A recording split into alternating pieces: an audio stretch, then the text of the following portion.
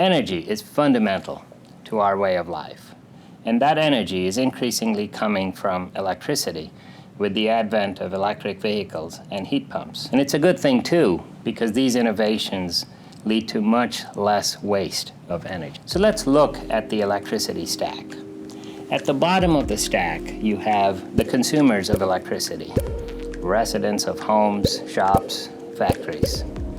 They're separated by meters from the next layer up in the stack, which is typically a distribution utility working at low voltage.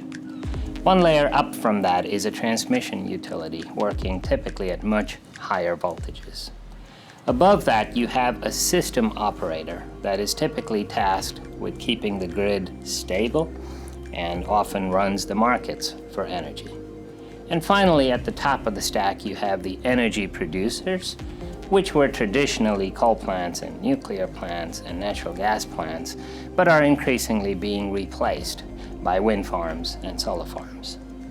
This entire stack of electricity is changing in two very fundamental ways. In a traditional grid, the electrons flowed from the top of the stack to the bottom, and the value of the dollars flowed from the bottom of the stack to the top. That is changing with new business models all around. People have rooftop PV and they're producing energy which they're putting back in the grid. They have batteries in their garages and they're getting paid for these resources. So both electrons and dollars are flowing up and down the stack, regulated often by digital algorithms and photons for communication.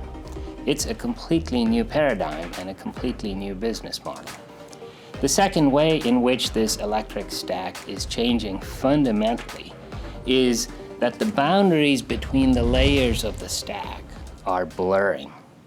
It's become increasingly clear that we need to exchange information in a very structured way between the layers of the stack in order to run our grid efficiently. At the end of the day, it's the adoption of electric vehicles, of heat pumps, of batteries, of wind energy, of solar energy, and it's the penetration of these sources of energy into our energy system to the tune of 80%, 90%, 100%. That's what's going to make the difference.